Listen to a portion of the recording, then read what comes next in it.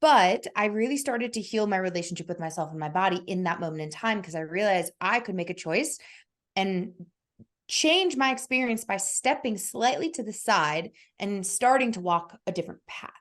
All right, guys, you just heard a clip from my friend Leah Drew. I was very, very impressed with this conversation with her, with the work that she's doing. I want to have more conversations like this. So you got a little clip of the talk, and yeah, I'm really looking forward to having more of these kinds of conversations. And without further ado, here is the rest of my time with Leah Drew.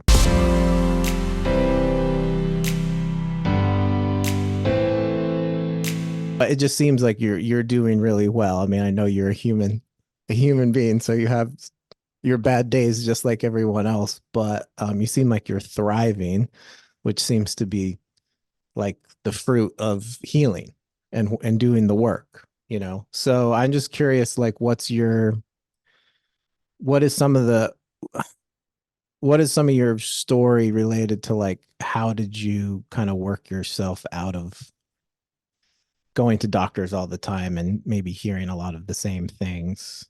Uh, Maybe we could start with that. Yeah, totally. Can I introduce myself? Do you want Yes. me? Do you Oh, want me yeah. to? Sorry. I just start talking. This is Leah, everybody. All Hi right. Well, I guys. guess I'm not a pro, guys. So, You're doing great. I love it. okay. Okay. um, yeah, so hello everyone. My name is Leah. I am a trauma-informed mind body healing guide and an empowerment coach. I work with men and women. I do focus on women's work and really helping women step into their confidence, step into their power, really step out of the chains and the shackles that have held them back, heal from trauma, and really find presence and love and abundance and joy in the present moment, and live a life that you really fall more in love with every single day. And that's what I do and the life that I live. And like you said, it's like, yeah, I'm human. Like, we are humans living Right. a human experience. And sometimes the human experience is kind of shitty. Like, things suck sometimes, Yeah. right? Yeah. And I think it's a matter of like not having, bad things are going to happen, but bad things don't necessarily need to lead to a bad day, right? Right. And so what I've found over the years is developing the tools to be able to regulate yourself, be able to work through the emotions that come up for you, being able to support yourself in ways that actually like allow you to thrive. And you Yeah. were talking about the medications and all the things, and Right. we live in a Western medical system that does not optimally support us when it comes to chronic health symptoms. We live in a Western medical system that's really great at treating acute problems. And when we're working with chronic pain, chronic mental health challenges, oftentimes we're being handed medication and not really informed and told that, hey, this is really meant to be a short-term support. Right. And I would invite you and encourage you to seek out ways to help yourself through this healing, to support your rebalancing of hormones, to support your metabolic health, to support your rehab and reduce your chronic pain, to support your potentially toxic relationships. Like, Yeah. whatever it is that you're navigating, we're really not encouraged to get to the root of it. We're just given this band-aid. We put the band-aid over the wound and we just like cover up the symptoms. Right. And I really got to a place where I was sick and tired of it, and I was really suffering. I was miserable. I hated myself. I hated my life. I wanted to end my life. Hmm. And yeah, I had to like really hit the stop button when I found myself like on the edge of a building, just like really ready to end it and to commit Wow. suicide. And I was like, this isn't what I want. Like, I want to be here. I want to enjoy my life. I want to be happy. I want to be healthy. I want to not have physical pain. I want to not suffer with my anxiety and my depression. And I want to not be on antidepressants. And, Right. I wanted to love my life, and I just didn't. But I Yeah. realized that day that I had a choice. And I realized that because at that time I had just completed a bodybuilding show, and I was very, very low in dopamine, and my hormones were very dysregulated. And I was binge eating junk food and chocolate, and I couldn't stop. And I was like sitting on the floor of this high rise hotel while I was in Toronto, like thinking about ending my life, just like staring Mm. at this bag of chocolate and like sobbing on the kitchen floor. And I was like, fuck, It's not funny. It's not funny. It wasn't funny when you were in it, but I'm laughing at the chocolate part because yeah. yeah, I couldn't stop, right? It's Right, like, and right. it's a great way of comparing it to like these addictions that we have that are Yeah. actually really toxic for us and that aren't healthy for us and they're not helping us, but we're stuck with it, right? We're stuck Yeah. with them. Yeah. And I had a moment where I was like, okay, I can either choose to stop eating this chocolate that I know is not helping me, or I can keep doing it and continue to want to perpetuate this desire to end my life. Right. And I put my Right. shoes on and I took the bag of chocolates and I went downstairs into the first floor of the hotel and I walked outside and I handed the bag of chocolates to a homeless man. And it was like the first step in me like really realizing I have the power to stop the habits if I want to make a change and do something different. So now I didn't have the bag of chocolates to keep going to and picking at, right? To keep Mhm. satiating Right. and covering up all the symptoms like with the Band-Aid, like we were talking about before, but this time with the chocolate, right? Like the Yeah. chocolate's not going to freaking help me.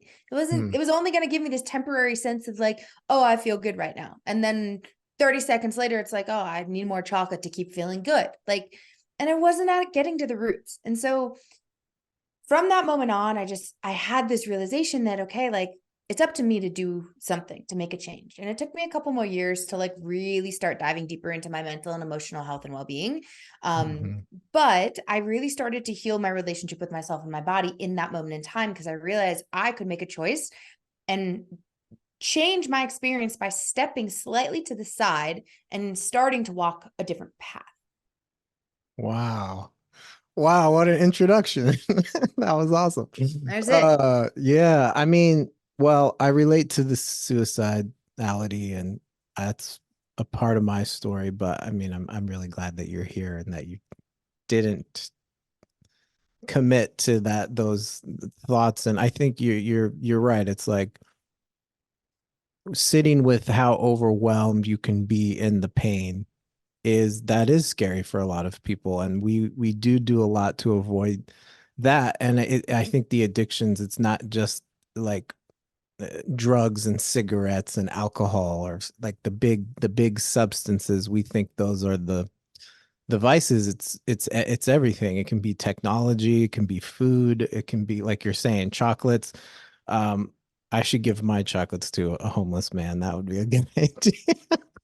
Sometimes the easiest way is just getting Yeah. it out of your house. You know what I Yeah. mean? Like just remove your ability to be with it, Right. right? And like create some separation, create some space. Yeah. But Well, how old were you when you were on the building? When was that? Was that hmm, like, I that wonder. was less than 10 years ago. Okay. Um, I I had just finished college. I think that was 2016, I believe. Okay. No. Yeah, well, the suicide stuff. Yeah. So yeah, so what was when you said it took a couple of years, you're saying it took a couple of years from that moment to then start doing the work of like healing in your body, right? And are you talking about trauma that's in your body and you started to learn, and did you figure that out on your own, or did you get someone that was like a shaman for you and like a guide? I didn't find myself face to face with a shaman until many years later. Okay. um Yeah. No, and honestly, like I stayed stuck in a victim mentality for a long time. It was Okay. probably 3 more years, 2.5 to 3 years later before I actually was able to like step outside the victim mentality and realize that I could take back my own power.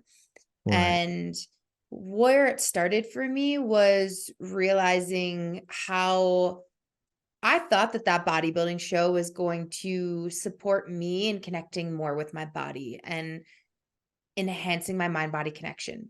Okay. And it did the total opposite. It disconnected me from my body and it led me to move my body and exercise to seek external validation. Okay. And so after that, I really started to dive into how can I treat my body in a way that allows it to be healthier. So removing all the hormones, removing the all of the artificial sweeteners, removing the sodas, the things that were like, oh, this is, like on the label it says healthy food, but in reality you look at the ingredients and it's not actually healthy, right? Looking at the Yeah. foods Seed I was oils. ingesting, seed Yeah. oils, Seed like oils and like everything. colors and dyes, Right. right? Right. Like sulfates and sulfites, um Well, glyphosate. preservatives, Yeah. glyphosate, all of Yeah. the Oh, things, yeah. right? Yeah. And so it started with my physical body, and I ended up like going on a really deep journey, learning how to love my body exactly where it was again, because Hmm. I got down to probably like around 10% body fat. Like I was really, really lean. It was not good. Hmm. Um, and I had to reshape and reframe my relationship to movement and to exercise. And realize that like exercise to me became moving my body in a way that helps it feel good Right.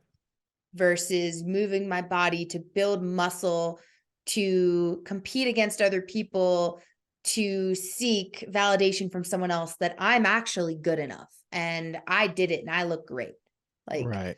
you know, Yeah, there's a lot of torture. Like I grew up playing ice hockey and it was just all like torture. Like all just like, you know, go until you throw up. That's the only way to be the best. Be the well, best. it's And funny I that you wasn't bring that even the up. best. But I was yeah, yeah, talking to yeah. someone yesterday and they were talking to me about how, you know, when they were younger going through high school, like in the weight room, it didn't matter how you felt. What mattered is how much weight you could push and how much weight you could lift and Yeah, deadlift exactly. and bench press, right? It wasn't about, hey, how's your body feeling? There was no concern about getting injured, nothing. It was just like a very ego driven way of lifting Right, and right. exercising. And that's where we see a lot of very masculine dominant approaches to movement, right? We're not tuning into our bodies and listening to our bodies and learning about, hey, what's my body need today? Right. And Yeah. you even see it still in exercise. It's like, oh, I have an exercise routine. I have a workout routine. This is day A, day B, day C, day D. Great. Got to go into the gym and get it done. Yeah. It's like, Yeah. okay, Yeah. well, how's your body feel today? Right. Especially for women that cycle every month, right? It's like if you're on your menstrual cycle, like how's your body feel? Because your body might not want to push a bunch of weight and lift a bunch of heavy things today. Like you might actually need to like take a day off and rest. Right. And so I really had to learn how to start communicating with my body and understanding like what's my body asking for and what's my body need. Hmm. And that was a first step for me in before I really got to looking at my mindset and looking at my victim mentality and like overcoming the mental challenges and the emotional challenges that also included past trauma and healing from the things that were brushed under the rug, both in my life and my ancestors' lives, Right. that allowed me to find that sense of freedom and like remove those shackles that were holding me down and holding me back from like feeling so comfortable and confident being my fully expressed authentic self. Yeah, that's beautiful. I mean, I was just reading Nicole LePera's book, or she's got a couple How to do the books. work. Yeah, that or the other, the how to be the love you seek. But she Mm. talks a lot about that. Like when you're a kid, that's where it starts, which is, I mean, seems I don't want to say it seems obvious for people, but that's where a lot of these patterns start. Is like if you weren't able to express yourself when you were younger, then you suppress a lot of things, and I think that's part of the trauma, but then it catches up with you later on in life, which is why I think a lot of people get bipolar depression diagnosis when they're like in their adult college time. And then but it would seem like it would be better to the find a way to like deal with this stuff without having to like have like I don't know, a doctor involved. And I Not mean, that doctors are bad, but I mean meaning like what you're figuring out. Obviously, you did do some medication, I think, right? You said or when we talked, I you had you did. SSRIs, Yeah, was yeah. prescribed SSRIs for a little while. I was prescribed Clonopin, which was like to me just like a Oh horse yeah, tranquilizer. And it been was a on way for that. me to actually escape what I was feeling. And so going through college, I had no capacity. Like I was waking up at 4 a.m. every day to run on the treadmill, sprint actually on the treadmill Oh for like wow, an hour to try to regulate my emotions, to try to regulate my hormones, to try to regulate what I was wow. feeling so that I could Yeah, actually like sit in class and like somewhat retain information. And like it was still so hard for me. And so they gave me Clonopin to try to help with my anxiety that was like yeah. out of control. And See, when I was too stressed out, I would just take that instead of like learning the tools to like regulate and ground myself in my nervous system. And hmm. so I was on medications for a little while, and I got to a point where I just like I was so frustrated with the system and the fact that nobody was helping me, and I kind of like rebelled and was like, well, screw this, I'm going to figure out how to help myself. Yeah. And Screw- it's just, and I also want to say Yeah. here that like doctors aren't the problem. Right. It's the Right. fucking system that's the problem. Yeah. Right? Yeah. Like, and Yeah. That's excuse true. my language, but it's No, like that's okay. it's true. It's like the Well, that's system what I that meant by don't. Sorry, that's what I meant by don't go to a doctor. That's not. Yeah, the system is the subtext, or that's the thing behind it, and yeah. that's what's causing the And yeah. this But the yeah, education system trains the doctors, and so it's not their fault that they don't know.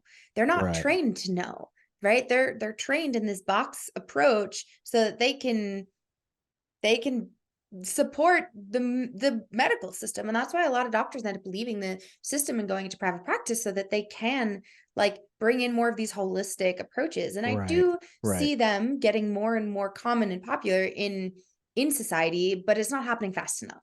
And we still right. are having people that are being raised without understanding how to support themselves. Like the majority of people I know didn't get to sit and connect with their breath going through elementary school. Like Right. Yeah, that you don't wasn't a do thing. you didn't do breath work in like PE. Like, No. oh, let's do some laps and like push-ups and stretching. And even that was like too much for most people. I mean, unless you were like an athlete.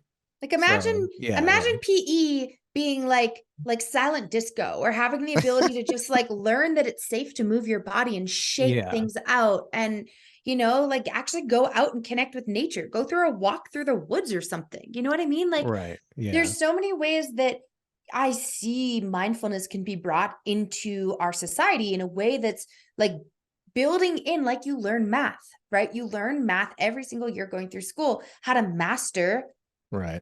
numbers and mathematics and My worst shapes. subject. My worst subject. Same. Like it wasn't mine either. It's like Like most I don't people's want to worst subject. Yeah. do math with a triangle, right? It's like Right. what am I going to use that for in my life? Yeah, But if yeah, we were exactly. actually teaching kids the things that Right. they needed to support themselves, like the world would be such a different place. And yes, it's happening in some schools and I love this and I'm grateful for it. And like I don't overlook that. And it needs to happen everywhere. Like every public school system, in my opinion, gets to integrate this into their programming and to think about it like every day instead of listening to these silly announcements on the loudspeaker. What if your homeroom was guiding you into yourself, guiding you into what's coming up for you, how you're Mhm. feeling, having you like connect with your breath and like find some relaxation so that a kid's brain can actually like somewhat focus on school? Well, yeah, too, the way that our world is that there's a lot of sitting, right? Like in school, you're sitting like, and that it's so hard to get kids to sit still. And like the goal is just like sit through class, and even college, it's all sitting, We're like not meant to nothing. sit still. Exactly. And then I think it's like we say, "Oh, I'm ADD or I'm ADHD." I'm like, "Well, I know I'm that." But I think, and not to get too attached to the thing you say, don't marry the diagnosis, but like a lot of it's just the environment. It's not necessarily like a chemical thing. It's just that we're meant to like playing hockey, I think helped me sleep at night because I had so much energy, but I was out like skating all the time and like but now I don't do that. So I need some help. So I need your help. So, I'm here. I'm here to support.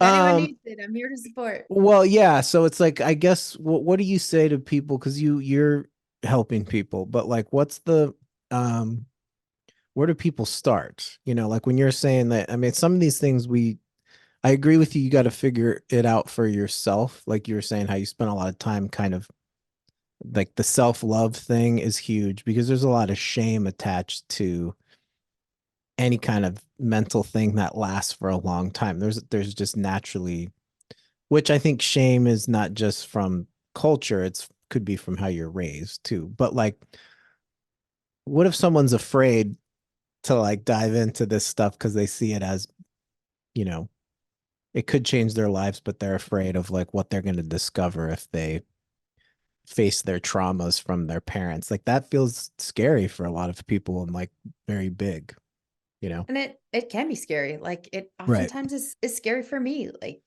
even decisions that I still make sometimes feel really scary for me. But one of the things that I always bring myself back to is reconnecting with the fact that I have two options. I can either do nothing and stay exactly where I am, Right. feeling exactly how I am right now, right? And not change anything, or I can lean into the fear and choose something different and start to create an experience that feels even a little bit better. And I just got to a point where I was sick and tired of not feeling good. I was sick and tired of being miserable Yeah. and being in pain physically, mentally, and emotionally.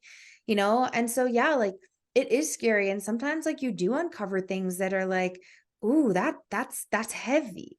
And when you look at it and get to be with it versus just brushing it under the rug, you actually get the opportunity to release it. And, Right. thinking Right. about it in this way as well as the study of epigenetics shows us that Right.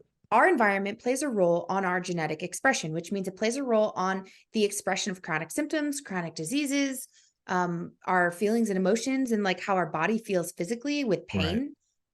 Right. And so we also see that trauma is one of those things that plays a role in epigenetics. And when you can start to look at these things and do the work within yourself that can feel scary, what you actually start to do is you start to shift the way that your genes are expressing.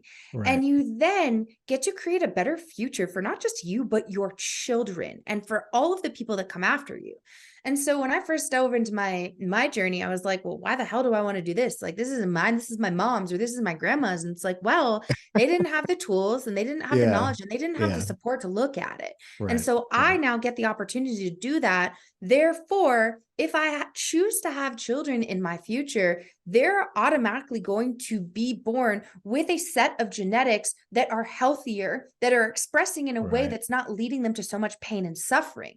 And so yes, like I ended up feeling this responsibility because I wanted to create a better future so that the people that come after me don't experience the hardships that I had. And I can choose to do that. And Yeah. if I Yeah. opted out of that, well, my future doesn't get any better. Yeah, no, it's true. I mean, yeah, because I think the fear of, well, the resistance to wanting to even maybe have your own children could be that very thing. You're like, well, my parents messed me up and I don't want to mess up.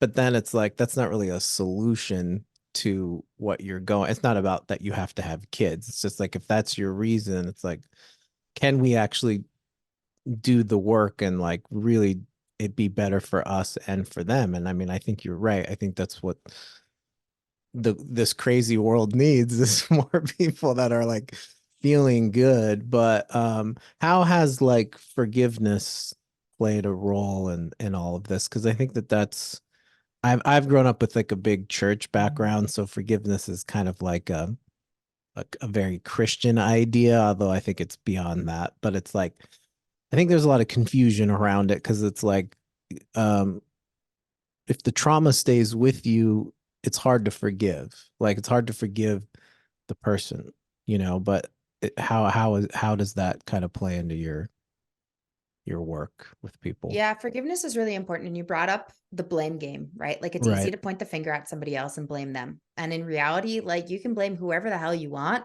but until you point that finger at yourself and realize what you're allowing and really take responsibility for your own Yeah. shit, Yeah. like nothing's going to change. And forgiveness is a part of that. And forgiveness doesn't necessarily mean like going and like having a conversation with your, three times X, like from 10 years ago. Like that's not necessarily what it means. Like you don't have to Right. do that. You can if you want to, if you feel like if you feel called to that and you feel like that's part of your journey. But Right. forgiveness is really an act of releasing the energetic attachments, the energetic ties. And when you can release the energy within that experience, you have the ability to heal from it and to Right. release it, right? But like until you let go of that energy and until you actually like forgive, right? And I think a big part of this is recognizing that hurt people, right? Yeah. Yeah. And you act in the world, you react in the world, you move in the world based off of what you've learned and the tools that you have available to you. And that was a huge breakthrough that I had in my journey because I Yeah. was I was just blaming my parents. I was like, my parents did it, Right. it's their fault. Like, Yeah, I'm messed up because of exactly. them.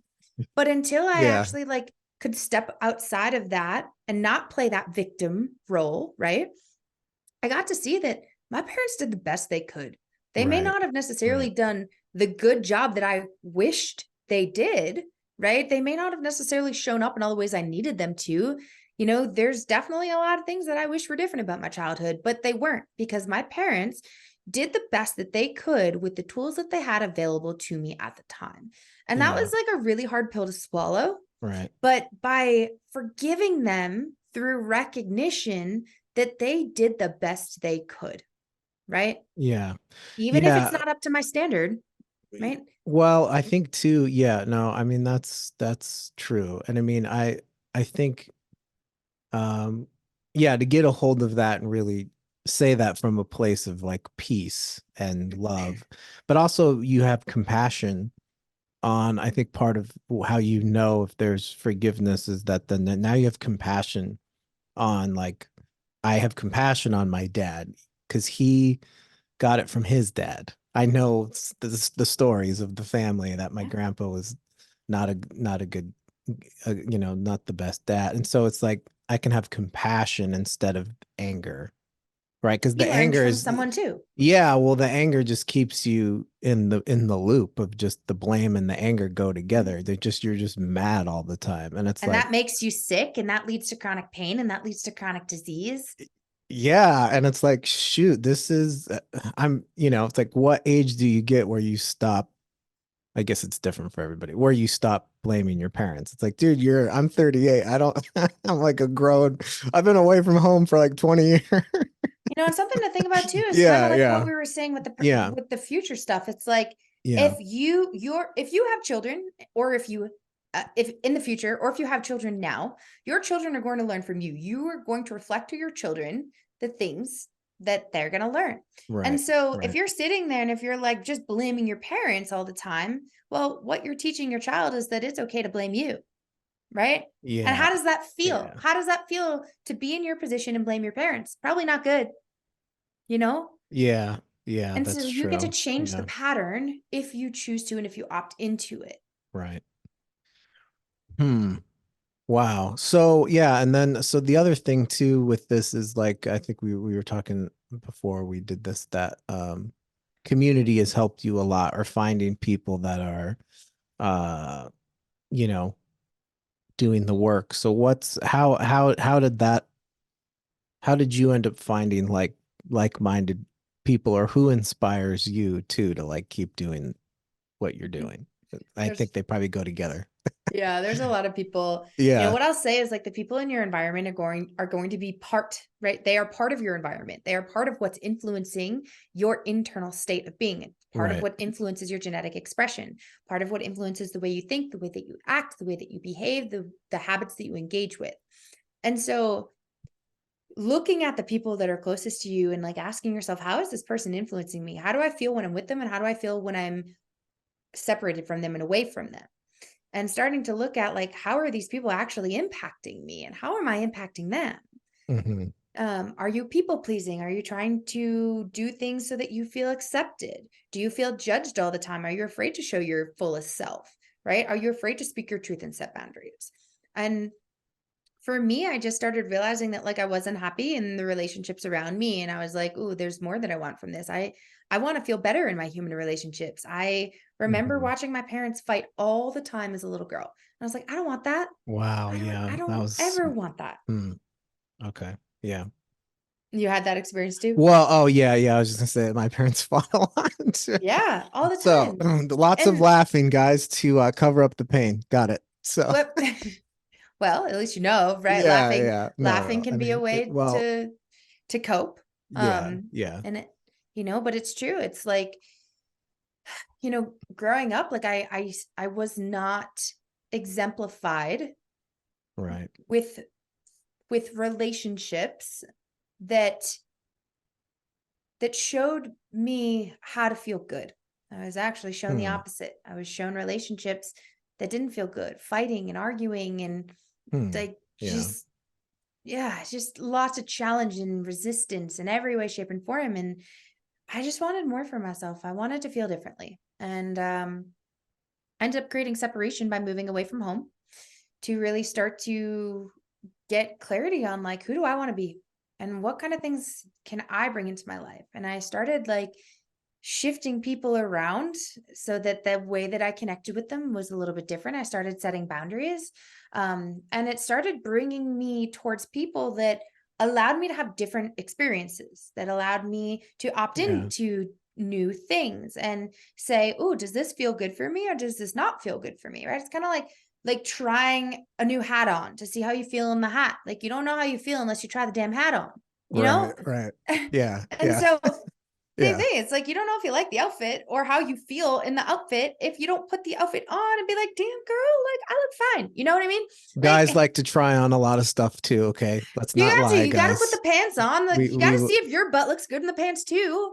exactly. It's not just women who like, oh, you take forever. It's like guys we take a while too. So let's not lie. Let's not lie. Right, but like you Yeah, gotta try it yeah, on to see how it feels. And if you don't opt into new experiences and say yes to the uncomfortable things that are new, that are always going to feel uncomfortable when they're new, you never know how you're going to feel about it. And so that's really how I yeah, started seeking out different forms of community, going to new experiences, putting myself in new places, yeah. That's trying good. new things. And I started really getting clear on what are my values, like not just within myself, but in relationship with other people. What's important to me? What's a yes for me? What's a full body fuck yes for me? And Yeah, what is a that's no? good. Yeah. Well, yeah, I think too, sometimes if you've just like I like what you're saying, how you've said it multiple times, like we're tired of feeling bad. But I think if I have compassion on this, and then I think if you are sad a lot though, and you're depressed, and then you go to like the depression support group, okay, which I've gone to support groups, right? You can kind of sometimes you get sympathy for feeling bad from people. And I think that's where it gets a little bit I don't know what the word is, like complicated or perverted or twisted, because I think like we don't know what it's like to feel good if you've been feeling bad for so long. And community should be where you're not getting sympathy from people, you're getting like people who are helping you be the best person you can be, like the healed, helping you heal. I guess that would be a way to say it. It's like where do you where do you start with that? Like, or what would you tell people that where do they go for that? How do they find that? Well, I think that sympathy, empathy, and compassion are super important, right? Like Yeah, we do need those. And one of the most beautiful parts about community is that through the eyes of community, you get to more deeply see yourself. yeah, Intimacy, right? And it doesn't have to be sexual intimacy. Like intimacy, intimacy, yes, is into yes, me. I see through the yeah, eyes of yeah, another. You come to see yourself more beautifully, differently, and community gives you an opportunity to see that, right? So even in, for example, like the example that you gave, going to a support group, you know, right, you might be able to see by sitting there what it actually looks like from an external perspective to be depressed. How's that feel yeah, when somebody else is depressed? Like, right, is that the what you want to keep living in and how you want to keep being? Or you want to try something different and like seeking out like help or somebody that's gone from a place of being depressed to not being depressed anymore, right? Because that's the best yeah, way to shift your experience is surrounding yourself with people that have already done the work and that have already lived it. But right, putting yourself, like getting really clear and first of all, what doesn't feel good? What does feel good? And how yeah, can you put yourself in an environment with people that are doing the things that also feels good. So like maybe you really like pottery. Maybe you can go put yourself in an environment where pottery classes are happening. Maybe Right. you really like to dance. Maybe that's something that feels really good for you, right? It feels good for me. Maybe, I, and so you can go and put I know yourself in you a, like to I dance. love to dance. I know Leah's got You lots know, of YouTube videos of her dancing. So dance moves. yes. Right. And Okay. so then you can put yourself Yeah. in communities of people Right. that also have similar values, that are doing similar things. And that doesn't mean you're going to meet your best friend on day one. Like, honey, Right. let me remind you, like, it takes time to get to know someone and like really get clear on like, is this person meeting my values? Because the only way that you really truly get to know someone is watching how they interact with life. Yeah. Yeah. Well, I think you can take the risk and then you can have a bad experience, which is like that's part of humaning. That's your word, humaning. Is that you said that when Yeah. we were talking, but like you have the bad experience. You're like, oh, I went on the meetup app and I went to the hike or whatever, and it went horrible. Everyone was dumb and mean or whatever. And then you can hold on to that and be like, oh, well, I'm not doing anything new, ever again. And it's like I think that we have to kind of work through that and like get over that. Like it's Or gonna you might be weird or it might be great. Or you just be Yeah, like, okay, yeah, well, that's not the community for me. That, I didn't love that right. experience. I'm not going to go back to Yeah, that group again. I'm going to seek out something different. And you keep trying. But what's beautiful is that in the process of continuing to show up to these different experiences, you get to learn more. Again, you get to learn more about your values. And as you learn more about your values, you get to learn what boundaries to set so that when you do opt in to, let's say, a right, relationship with someone or a friendship with someone, then you're able of seeing faster and setting boundaries as to not as to prevent this experience of being like, oh well, that sucked, that didn't go well, like that's not it, right? right, And that's what you get by putting yourself in new experiences, is that you become more discerning, and you right. actually start to really welcome in the people that are aligned, like more off the bat, right, faster. Yeah. Yeah, that's really good. All right. Well, we have like maybe like 10 more minutes here just to keep the time thing going. Not that we have to stop at the time because I feel like I keep asking you lots of good questions. But yeah, what is like the because do you call yourself a coach, right? Yeah, Yeah, you call it sometimes it depends on my mood. okay. What do you call yourself? Because I had a girl I on yesterday, and she's like, "I'm a healer." I said coach. She's like, "No, I'm a healer," and I'm she's not a badass. healer. Okay, If I use the word heal, I'm not a healer, because I'm not here to yeah, heal you. I'm a healing guide, and I'm healing here guide. to help pull the healer out of yourself so that you can be a more empowered self healer in your life. I'm not here I to like heal that. you. I got Nope. that. Don't I, expect that, I think because I know that's what not happening. I think I know what she meant. So it's okay. Let's not name But names. sometimes I Too call late. myself a coach or a Okay, guide, or like, again, like it just depends on my a mood. shaman, a modern I'm not shaman. a shaman. No, That's okay. not me. I don't want to be a shaman. You That's have definitely to not the title I want. climb Mount Everest to get a shaman. No. But yeah, well, I like what you're saying about doing new things, and I heard that you went to Spain for 3 months. That was on that podcast. So anyway, as a side note, Hmm. I'm jealous that you went to Spain. So Spain is beautiful. yeah, where were you in Spain? I was in southern Spain, an Oh, area called Marbella. all right. I don't know where that is, but I'm sure it's pretty. I It's just know like, like Barcelona's the capital. That's all I know. yeah, So Barcelona is a little bit more like northeast.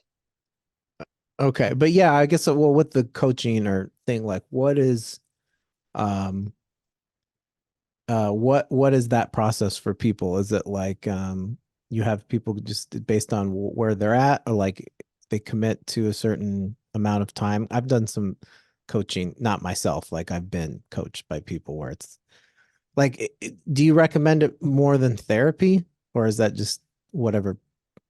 What do you think? Depends on who you resonate with and Yeah, the yeah, yeah. tools that the person is using, because Right. I do see like general talk therapy doesn't always get to the roots of things, and can kind of just have you talking about the thing over and over and over again and I kind of agree with that. re-traumatizing you. Yeah. And so I think Yeah. it's really important to work with somebody that's actually giving you the tools to navigate the experience and to reprogram and to actually reflect on like how you showed up in the past and what happened and how it led you to feel the way that you are, and like really be a mirror for you. Ultimately, that's what a good coach or a good therapist does, is they are a mirror, in my opinion, for you to look deeper into yourself so that you can see more clearly these areas that don't feel good that you want to Right. change, or help you gain the tools to better regulate yourself, your nervous system, and equip yourself to be able to navigate the challenges that lie ahead. Because the challenges are always going to happen, they're always going to be there. It's a matter of how you can support yourself through them. But you know, I am definitely a fan and a supporter of therapy, as long as you have a Right. good therapist that's actually helping you learn the tools to better support yourself and equip Yeah. yourself for the future. Okay. For me, you know, there's a lot of different tools that I use. There's a lot of embodiment tools, somatic tools, breath work tools, Right. visualization tools. Like, I want you to connect with your body. I want you to listen to your body. I want you to connect with your senses. I want you to learn how to ground yourself. And I want you to feel confident in being able to support yourself moving forwards. And so, Yeah. Yeah. you know, there's a lot of different ways that I work with people. I work with people in group programs. I work with people. I have a women's membership. I work with people one-on-one at the moment. Yeah. One-on-one is the only way that I work with men, but there are some wonderful things coming very soon for men to work with me in more of a group capacity. Oh, cool. Uh, That's awesome. yeah, there's different ways that I support people. And for people that are also like, I really want your help and support, but I really can't afford anything right now, I have a lot of free options to Right. support you and to hold space. Every Thursday at 12 o'clock Mountain Standard Time, I'm on Instagram Live, and I'm holding space. I'm answering any questions that you have about anything: mindfulness, health, metabolic Yeah. supplementation, That's awesome. relationships, like whatever is there for you. Come and ask me, like, come hang out, be in my world. I like to hang. I like people. Yeah, I've seen, yeah, you're awesome. Yeah. I told you I was really inspired by you, and then now I'm more inspired by you now that we've gotten to talk. So, What do you and feel like has been like one of, because I know that you've navigated some challenges within your own world. I'm curious, like, what do you feel like is like one of the bigger challenges that you're working through in your world right now that you feel like hasn't necessarily been targeted with general therapy? um well, I mean, I think thinking about what life would be like without medication, and more in the fact that that's a big thought, that there's not really a solution to the thought other than making the decision to like get off the meds. And I know that physically being healthier, so like I've been doing this embodiment challenge with some friends, like no seed oils, no grains, no added sugars. So that's getting the body right. If I It's a very complicated thing because I think about the hell I went through with almost dying. And like, I don't want to put my mom or anybody through that. Nobody wants to see me like that. But is it possible to, it's more of a just like, I don't feel like I'm super in touch with my body. And that's why these conversations are interesting to me. Um, I just did breath work the other day at this thing, and it was awesome. And I've done breath work before. And even doing that, so I don't know. I don't know if I'm answering your question. I guess it's just thinking about like the grass would be greener on the other side, but then I have to really, it seems like a big risk, but then how I have felt for a long time also feels like I'm like missing out on my best life at the same time. Mm. Yeah, I'm hearing that you have the desire to not rely on your medication, and Right. you're not yet at the point where you feel like you have all the supportive tools that you need to be able to support you in that journey. So that there's almost like this gap there between where you are now and where you want to be. Exactly. And, Yeah. you know, like, Yeah. I'm hearing as well that you recognize that there is a need to really learn how to better listen and communicate with your body so that you know what your body needs, you know how to react and respond to those needs in a way that can support you in like being in love with your life, and like being Right. able to feel confident in navigating the experiences that come up. And we're not taught how to communicate with our bodies. Like, we're taught the opposite. We're taught how to dissociate from our bodies. And learning Yeah. that Yeah. communication, you know, through breath, through movement, through like really getting to know that inner voice in your head through like all these different ways of like really, really, really knowing you from the inside out, Right. that is what will support you in like feeling confident enough to like start to step out of the medication hole, Right. right? Yeah. Yeah. No, it's and I feel like I have a good like supportive community, and then I think it's also just I do have friends that are have done psychedelics, and I hear the experiences, and I have like a book that I just got called Breaking Open the Head about this guy that and so but that's like even when I hear them sharing these experiences, I go, I know that there's research that it can help people heal, but then I feel like I'm like, well, I'm never going to do that while I'm on meds. That would be dangerous. I'm not going to ayahuasca trip in Joshua Tree with my friends. But I would like to try that someday. Why not? But so it's even hearing those kinds of conversations, it's like I feel like I'm like missing out on maybe that's the path. I know it's not the only way, but it definitely seems to help a lot of people like get in touch with reality and their own self. Yeah. Um, so yeah, thanks for asking me that. That's a good question. Yeah, totally. Yeah, And, yeah, yeah. really starting to like build those tools, Right, right? Like psychedelics is just one of them, but starting to build those nervous system regulation tools and be able to work with some of the trauma that your body still holds on to, that's leading you to still need to rely on those medications, is what will help you like start to make these little steps forward so that you right. can eventually like sit with whatever you want to be with the medicines, right? But Yeah, yeah. the medicine is already within you. Like you don't need to seek all these external things like ayahuasca and psilocybin. Are they helpful? Yes, absolutely they are. Right. And like if you don't have the tools to regulate yourself and to support yourself before going into a ceremony, it's going to be a really, really challenging ceremony. Got you. Yeah. And so that's That's a where good like that's a good point. That's a good point. yeah, and so that's where Right. like Yeah. I Like I always never have recommend done breath work. Oh, now I'm just gonna yeah, just kidding. But yeah, yeah, yeah. that Yeah. I really do recommend working with a holistic coach and a somatic practitioner. If you Yeah. can find both in one, like myself, then There we that go. Moving to that Colorado. No, I'm just well, kidding.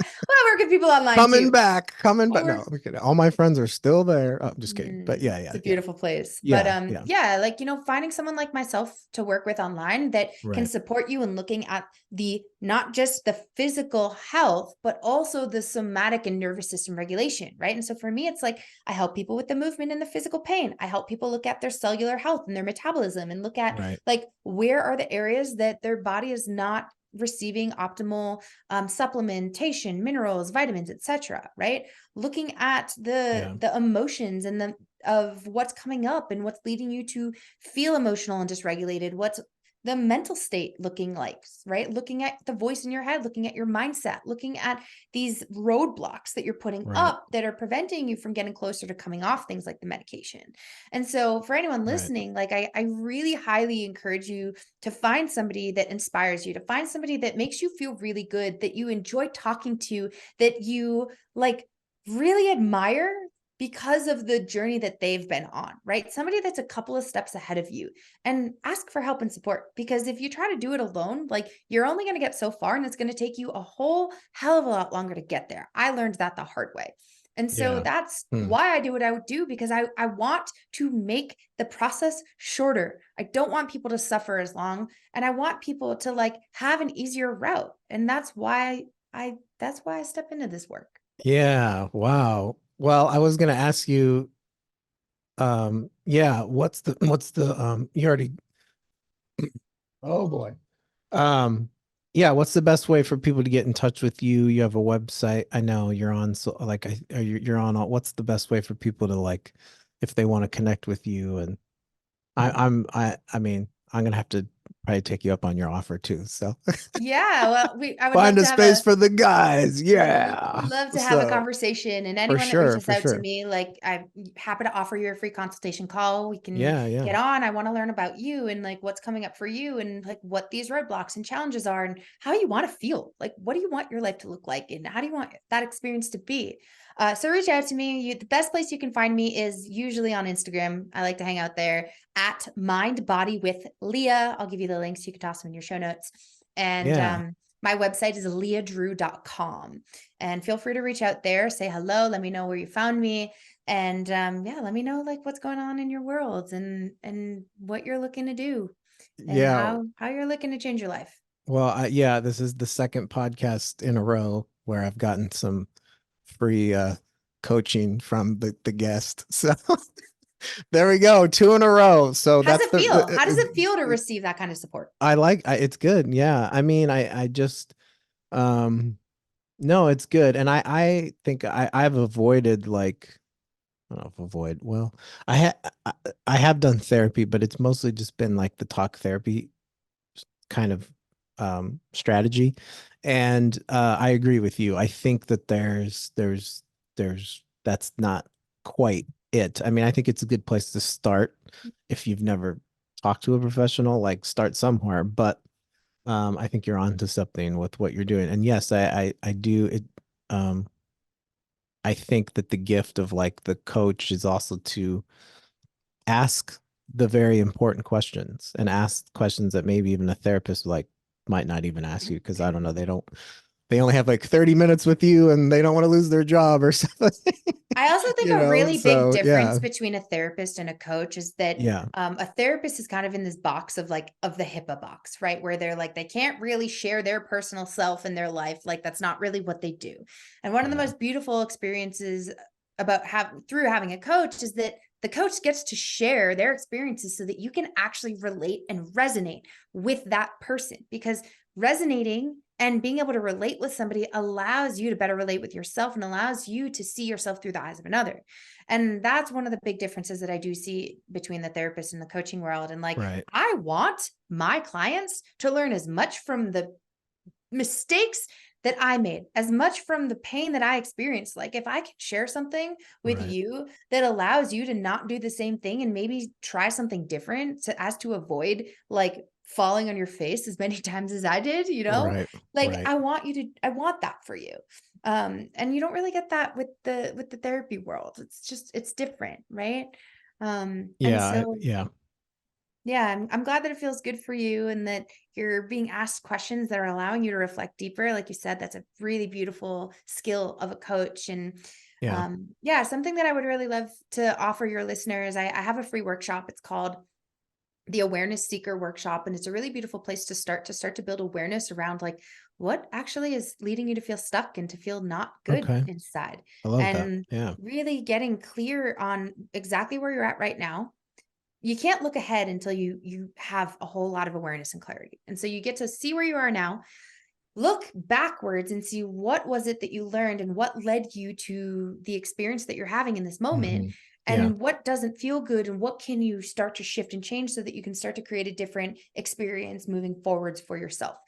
So I'll give you that link so that your listeners and Yeah. I you, if love you it. want to, can tune in. Yeah, I'll do it too. I mean, yeah. Heck yeah. Well, Leah, I feel like I could talk to you all day, and I'm jealous that you live in Colorado. So it's beautiful there. I don't know if you'll stay there forever, but and I'm jealous that you're snowboarding. I love So it. are you like super good at snowboarding? Are you on like the what is it like the because when I skied at what is it, the moguls? That's skiing though. The I diamond, the mean, black the diamond or something like that. I don't know. Been I'm kind of tangent. humble. I'm pretty humble, but I like know. I hit my first like baby jump yesterday and was super stoked about it. Nice. And so that was really fun. But yeah, I try to stay humble. My friend told me yesterday, he was like, Okay. for somebody that's only been snowboarding really seriously for 2 years, like, dude, you're fucking great. I was like, That's yes. awesome. Have you ever had any injuries with For snowboarding? sure. I have Oh, injuries and everything. It's just just falling a down. matter of knowing how to support yourself and how to fall well. Nice. I know when I first skied, I didn't know how to stop. So I did the like the what the where you stick the two skis out in front of you and just Yeah. I would come down and then I was like, wait, this is just like hockey. Like Yeah. stop with your right foot. And then once I made that connection, I was like, oh, but yeah, I'm a skier. I'm not a boarder. I don't know. I don't know if we can be friends. Well, whatever you do, get out there and play. Exactly. I know. I once I get this foot Yeah, you back. got the foot. I no excuses. I'm like, I need to go play hockey again. It's been like almost a year. So, Mm. well, Leah, thank you so much for being on the podcast. Put all the info in the notes, and it's been very wonderful talking to you. Like, I feel like I could talk to you for a long time. So maybe we'll have to do this again in the future. So, Mm. Thank you for yeah. having me, Jared. Okay, I will be in touch. And yeah, again, thank you so much for this. This was really wonderful. Thank you Appreciate for it. listening. Okay. Thank you for being here. All right. Have a good rest of your day. Okay. Bye, everyone. Bye. Bye. All right, guys. That was a great and wonderful conversation. As I said before, want to have more conversations like this, like I did with my friend Leah, like what you also heard in the last conversation with Rimsha. Um, I'm just very impressed with where Leah is at in her journey, very inspired by her. I told her that.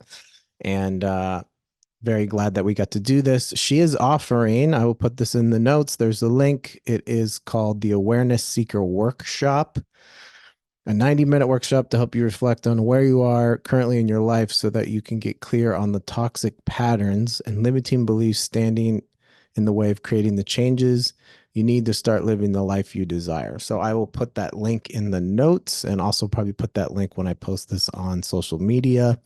Again, thank you, Leah. I'm so glad I got to meet you. Hopefully, we can do this again sometime in the future.